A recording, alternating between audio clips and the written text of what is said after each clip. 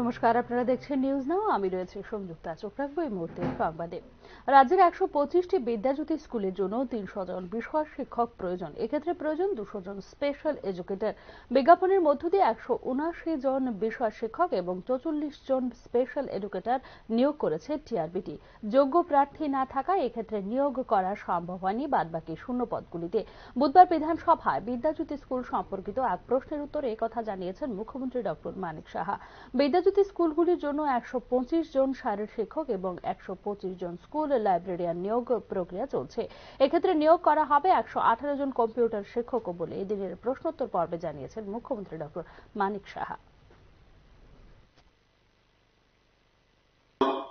Sociology, psychology, geography এবং economics, এবং সেই হিসাবে সেখানে প্রয়োজন প্রায় ৩০০ জন বিষয় শিক্ষক, যেগুলো আমি বললাম, এবং ২০০ জন স্পেশাল এডুকেটর। সেই হিসাবে আমাদের টিআরবিটির মাধ্যমে একটা অ্যাডভার্টাইজমেন্ট করা হয়েছে, কিন্তু সেখানে দেখা গেছে যোগ্য প্রার্থী সেভাবে পাওয়া যায়নি, যে কারণে 179 বিষয় শিক্ষক, এর মধ্যে সোসিওলজি ৪৪টি, সাইকোলজিতে ৩৭টি এবং জিওগ্রাফিতে ৪৯টি এবং ইকোনমিক্সে ৪৯টি নেওয়া হয়েছে।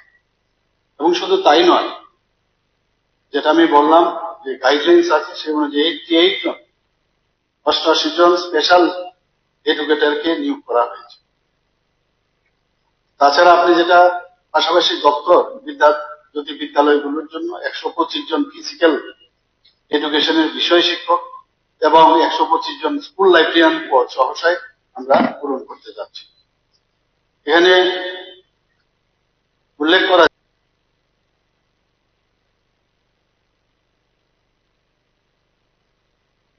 মঞ্চ তৈরি ছিল, এবার তাতে শিলমোহর পড়ল আনুষ্ঠানিকভাবে। ত্রিপুরা বিধানসভার শীতকালীন অধিবেশনে সর্বসম্মতিক্রমে পাশ হয়ে গেল মন্ত্রী বিধায়কদের বেতন ভাতা দ্বিগুণ বৃদ্ধির বিল।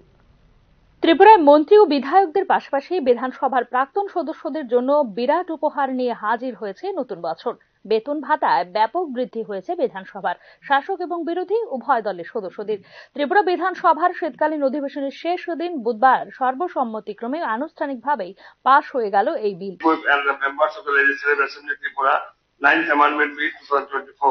ত্রিপুরা বিল নাম্বার 9 অফ 2024 পাশ করা হোক। যারা প্রশ্নের পক্ষে আছেন তারা হা বলবেন, বিপক্ষে আছেন না বলবেন।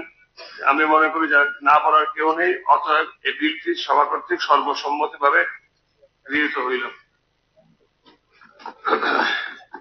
গভর্নমেন্ট রেজুলেশনের পরবর্তী কার্যসূচি। রেজুলেশনটি গত ১০ জানুয়ারি ২০২৫ তারিখে তপশিলি জাতি কল্যাণ ইত্যাদি দপ্তরে ভারপ্রাপ্ত মাননীয় মন্ত্রী সহ করেছিলেন। প্রত্যাবর্তী রেজুলেশনের বিষয়বস্তু হল whereas to abolish the dehumanizing practice of manual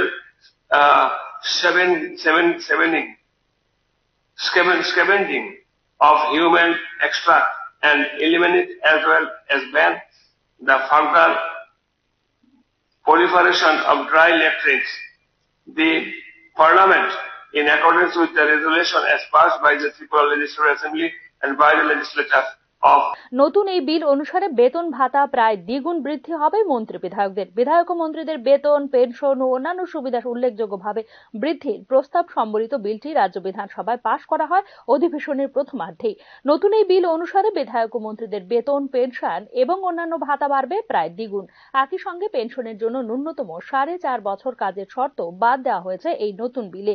বিধায়ক, মন্ত্রী, স্পিকার, ডেপুটি স্পিকার, বিরোধী দলনেতা, সরকারি চিফ হুইপ এবং অন্যান্য সদস্যদের বেতন, ভাতা, পেনশন ও অন্যান্য সুবিধা ত্রিপুরা নবম সংশোধনী বিল 2024 শিরোনাম এই বিলটি নিয়ে বিশেষ কোনো আলোচনা হয়নি বিধানসভায়। নতুন এই বিল অনুযায়ী মুখ্যমন্ত্রী এখন থেকে বেতন পাবেন 97,000 টাকা, উপমুখ্যমন্ত্রী বেতন পাবেন 96,000 টাকা, অন্যান্য মন্ত্রী, স্পিকার, বিরোধী দলনেতা এবং সরকারি চিফ হুইপের বেতন হবে 95,000 টাকা। ডেপুটি স্পিকারের বেতন মন্ত্রীদের থেকে 1,000 টাকা কম এবং বিধায়কদের বেতন 93,000 টাকা। মুখ্যমন্ত্রীর জন্য বিনোদন ভাতা 13,000 টাকা এবং অন্যান্যদের জন্য 12,000 টাকা নির্ধারণের বিধান রাখা হয়েছে এই বিলে। বিজেপি সরকার ক্ষমতায় আসার পর প্রথম বেতন ও ভাতা বৃদ্ধি কার্যকর হয় 2019 সালে। ওই সময় 2016 সালের সর্বশেষ বেতন ভাতা বৃদ্ধির তুলনায় দ্বিগুণ হারে বেতন ভাতা বৃদ্ধি হয়েছিল মন্ত্রী বিধায়কদের। 2019 সালে পাশ হওয়া বিলের নিয়ম অনুযায়ী মুখ্যমন্ত্রীর বেতন ছিল 53,630 টাকা এবং উপমুখ্যমন্ত্রীর বেতন ছিল 52,630 টাকা।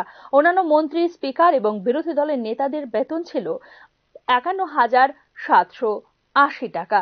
চিফ হুইপ 50,510 টাকা এবং বিধায়কদের বেতন ছিল 48,420 টাকা।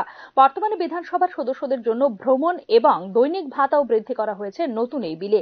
এক্ষেত্রে ভ্রমণ ভাতা প্রতি কিলোমিটার 24 টাকা থেকে বাড়িয়ে করা হয়েছে 35 টাকা। দৈনিক ভাতা ত্রিপুরার মধ্যে 1,100 টাকা এবং ত্রিপুরার বাইরে 1,500 টাকা করার বিধান রাখা হয়েছে এই নতুন বিলে। পেনশন সংক্রান্ত একটি বড় পরিবর্তনও বিলটিতে রয়েছে। এখন থেকে পেনশন 34,500 টাকা থেকে বৃদ্ধি করে 66,000 টাকা পাবেন প্রাক্তন বিধায়করা। পারিবারিক পেনশনও 25,000 টাকা থেকে 48,000 টাকার বিধান রাখা হয়েছে নতুন এই বিলে। বেতন ভাতা ও পেনশনের এই সংশোধনী প্রয়োজন কারণ মূল্যসূচকের বৃদ্ধি হয়েছে এবং কর্মচারীদের বেতন কাঠামো উন্নত হয়েছে। এটি কার্যকর হয় প্রায় 11 কোটি টাকা অতিরিক্ত ব্যয় হবে বলে জানিয়েছে সরকার পক্ষ। এদিকে মন্ত্রী বিধায়কদের বেতন ভাতা দ্বিগুণ হারে বৃদ্ধি পাওয়ার বিষয়টি সংবাদে আসতেই সমালোচনায় মুখর হয়েছেন বিশেষ করে অনিয়মিত কর্মচারী, পেনশনভোগী এবং শিক্ষিত বেকাররা। বাজারের মূল্য সূচকের সঙ্গে সামঞ্জস্য রেখে যদি মন্ত্রী বিধায়কদের বেতন ভাতা দ্বিগুণ হারে বৃদ্ধি পায় তাহলে অন্যান্য অংশের সাধারণ মানুষ কেন এ ধরনের সুবিধা পাবেন না প্রশ্ন উঠছে তা নিয়ে। Bureau report, news now. রাজ্যে বর্তমানে অনিয়মিত কর্মচারীর সংখ্যা 1,445। বুধবার বিধানসভায় জানিয়েছে অর্থমন্ত্রী প্রণজিৎ সিংহ রায়। এদিকে অনিয়মিত কর্মচারীদের নিয়মিতকরণের নীতি নিয়ে রাজ্য সরকারের সমালোচনা করে বিরোধী দল। রাজ্যে অনিয়মিত কর্মচারী রয়েছেন মোট 1,445 জন। এক্ষেত্রে ডিআরডব্লিউ রয়েছেন 136 জন, কন্টিজেন্ট ওয়ার্কার রয়েছেন 311 জন, ক্যাজুয়াল ওয়ার্কার রয়েছেন 193 জন এবং পার্ট টাইম ওয়ার্কার রয়েছেন 105 জন। বুধবার বিধানসভার প্রশ্নোত্তর পর্বে একথা জানিয়েছে অর্থমন্ত্রী প্রণজিৎ সিংহ রায়। অনিয়মিতদের নিয়মিতকরণের প্রক্রিয়া রয়েছে বলে জানিয়েছেন অর্থমন্ত্রী। অর্থ দপ্তর একটি বিশেষ পোর্টালের মাধ্যমে অনিয়মিত কর্মচারী, DRW, contingent worker, part time worker, casual ওয়ার্কারদের তথ্য সংগ্রহ করেছে। এই পোর্টালের মাধ্যমে সংগৃহীত তথ্য অনুসারে মোট অনিয়মিত কর্মচারীর সংখ্যা 1,445 জন। তার মধ্যে ডিআরডব্লিউ 836 জন, contingent worker 311, casual worker 193, part time worker 105।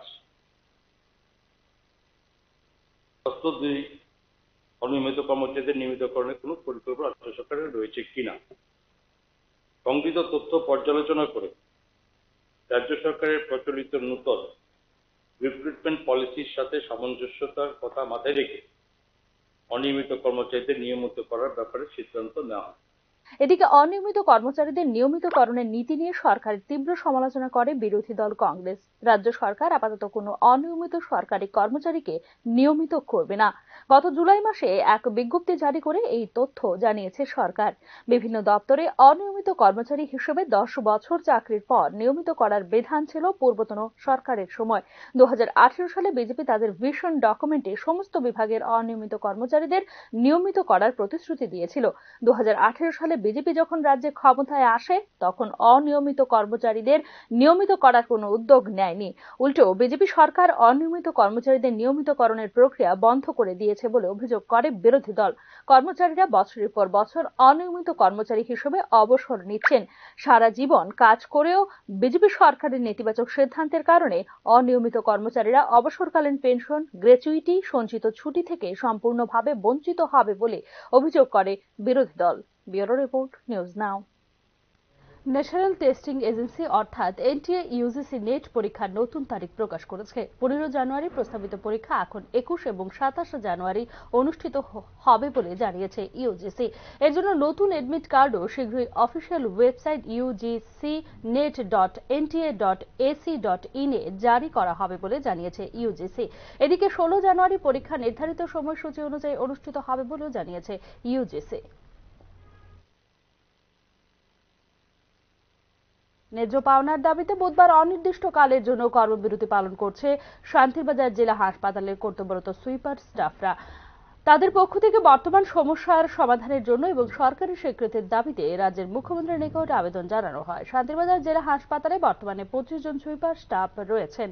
NVS নামক বেসরকারি কোম্পানি থেকে তাদের 13,386 টাকা বেতন ও ইপিএফ এর ভিত্তিতে নিয়োগপত্র দেওয়া হলেও বর্তমানে তাদের বেতন 6,500 টাকা করে প্রতি মাসে দেওয়া হচ্ছে এবং কোনো ধরনের ইপিএফ অথবা নিয়োগের বৈধ কাগজপত্র তাদের দেওয়া হয়নি বলে অভিযোগ করেছেন হাসপাতালের বেসরকারি সুইপার স্টাফরা। এমনকি মাসের 15 তারিখ পেরিয়ে গেলেও বেতন না পাওয়ায় তাদের বিভিন্ন সমস্যার সম্মুখীন হতে হচ্ছে বলে অভিযোগ করেছেন হাসপাতালের বেসরকারি সংস্থার কর্মীরা। তাদের ন্যায্য অধিকার হিসেবে 13,386 টাকা এবং ইপিএফ যা বেসরকারি এনভিএস কোম্পানি থেকে ধার্য করা হয়েছিল তা প্রতি মাসের 10 তারিখের মধ্যে মিটিয়ে দেওয়ার জন্য দাবি জানানো হয়। তাদের সমস্যা সমাধানের জন্য এবং বেসরকারি কর্মীদের সরকারি কর্মী হিসেবে স্বীকৃতি দেওয়ার জন্য রাজ্যের মুখ্যমন্ত্রীর নিকট শান্তিবাজার জেলা হাসপাতালের সুইপার স্টাফদের পক্ষ থেকে আবেদন জানানো হয়েছে।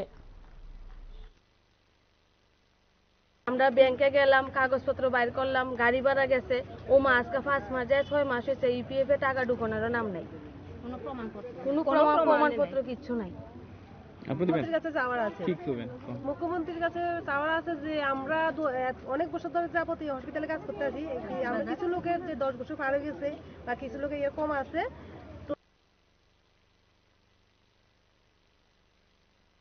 ককবরক ভাষায় রোমান লিপি চালুর দাবিতে আবারও বিক্ষোভ প্রদর্শন করল ত্রিপুরা স্টুডেন্ট ফেডারেশন। বুধবার মহাকরণের সামনে বিক্ষোভ প্রদর্শন করার সময় পুলিশ তাদেরকে আটক করে অরুন্ধতিনগর পুলিশ লাইন মাঠে নিয়ে যায় বলে স্থানীয় সূত্রে খবর। ককবরক ভাষায় রোমান লিপি চালুর দাবি রাজ্যের আদিবাসী সম্প্রদায়ের অনুভূতির ব্যাপার, পরিচয়ের ব্যাপার। তাই মন্ত্রীরা আমাদের কণ্ঠস্বর শুনবেন এবং রোমান লিপির বিষয়টি বিধানসভায় তুলে ধরবেন, ত্রিপুরা স্টুডেন্ট ফেডারেশনের পক্ষ থেকে জানানো হয়। রাজ্যের সমবায় মন্ত্রী ও আদিবাসী সম্প্রদায়ের মন্ত্রী হিসেবে শুক্লাচরণ নোয়াতিয়ার কাছে ককবরক ভাষায় রোমান লিপি চালুর বিষয়টি বিধানসভায় তুলে ধরার জন্য ত্রিপুরা স্টুডেন্ট ফেডারেশনের পক্ষ থেকে দাবি জানানো হয়। The regional party, we have been also telling them there are parties from IPFT in the government, coalition government. We are asking, we have also asked Shuklacharan what we want to tell him from here, clear message. Being a minister of the indigenous people, you must raise the issue in the assembly. They should make clear their stand on the issues of Roman speaking. শিক্ষা অধিকর্তার নিকট লিখিত দাবি পেশ করতে চাইলেও তিনি সময় দিতে রাজি নন বলে অভিযোগ টিএসএফ এর। তাদের দাবি পূরণে রাজ্য সরকার সদর্থক ভূমিকা গ্রহণ না করা পর্যন্ত তাদের আন্দোলন অব্যাহত থাকবে বলে ত্রিপুরা স্টুডেন্টস ফেডারেশনের পক্ষ থেকে জানানো হয়। Bureau report, news now. Ranji trophy ক্রিকেটের 6ষ্ঠ ম্যাচের জন্য প্রস্তুতি শিবির চলছে এবিবি ময়দানে। প্র্যাকটিস সেশনে যোগ দিয়েছেন পেশাদার ক্রিকেটাররা। 23 জানুয়ারি থেকে সার্ভিসেসের বিরুদ্ধে শুরু হবে রঞ্জি ট্রফির ত্রিপুরার 6ষ্ঠ ম্যাচ। রঞ্জি ট্রফির এলিট এ গ্রুপের 6ষ্ঠ ম্যাচের জন্য প্রস্তুতি নিচ্ছে টিম ত্রিপুরা। এক্ষেত্রে এমবিবি ময়দানে চলছে প্র্যাকটিস সেশন। বুধবার ত্রিপুরা দলের শিবিরে যোগ দিয়েছেন পেশাদার ক্রিকেটার তথা উইকেট রক্ষক ব্যাটসম্যান শরৎ শ্রীনিবাস। বৃহস্পতিবার প্র্যাকটিস সেশনে যোগ দেবেন ত্রিপুরার অধিনায়ক মনদীপ সিং। শুক্রবার প্র্যাকটিস সেশনে যোগ দেবেন অপর পেশাদার ক্রিকেটার জিয়নজোত সিং এবং কোচ পিভি শশিকান্ত। উল্লেখ করা যেতে পারে 23 জানুয়ারি থেকে রঞ্জি ট্রফি ক্রিকেটে ত্রিপুরা নিজেদের 6ষ্ঠ ম্যাচ খেলবে সার্ভিসেসের বিরুদ্ধে। এমবিবি স্টেডিয়ামে হবে ম্যাচটি। মরশুমে ইতিমধ্যে 5 ম্যাচ খেলে সার্ভিসেসের পয়েন্ট 13 এবং ত্রিপুরার পয়েন্ট 12। 5 ম্যাচ খেলে সার্ভিসেস 2টি ম্যাচে জয় এবং 3টি ম্যাচে পরাজিত হয়েছিল। অপরদিকে ত্রিপুরা 5 ম্যাচে খেলে 1টি ম্যাচে জয়, 1টি ম্যাচে পরাজয় এবং 2টি ম্যাচে পয়েন্ট ভাগ করেছিল। উইকেট ঠিক না থাকায় ওড়িশার বিরুদ্ধে অনুষ্ঠিত হয়নি মরশুমের প্রথম ম্যাচ। ফলে শক্তির বিচারে ঘরের মাঠে ত্রিপুরা কিছুটা এগিয়ে থেকেই মাঠে নামবে এমনই আশা করছেন রাজ্যের ক্রিকেট প্রেমীরা।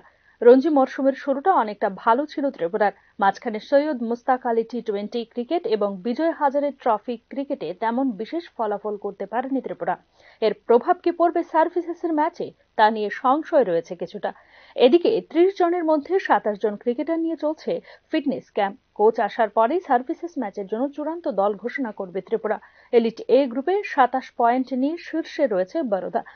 23 পয়েন্ট নিয়ে দ্বিতীয় স্থানে রয়েছে ত্রিপুরা এবং 22 পয়েন্ট নিয়ে তৃতীয় স্থানে রয়েছে Mumbai. Bureau report, news now. এখনকার মতো সংবাদ এখানে শেষ করছি। অন্যান্য আপডেটস পেতে চোখ রাখুন নিউজ নাও এর পর্দায়।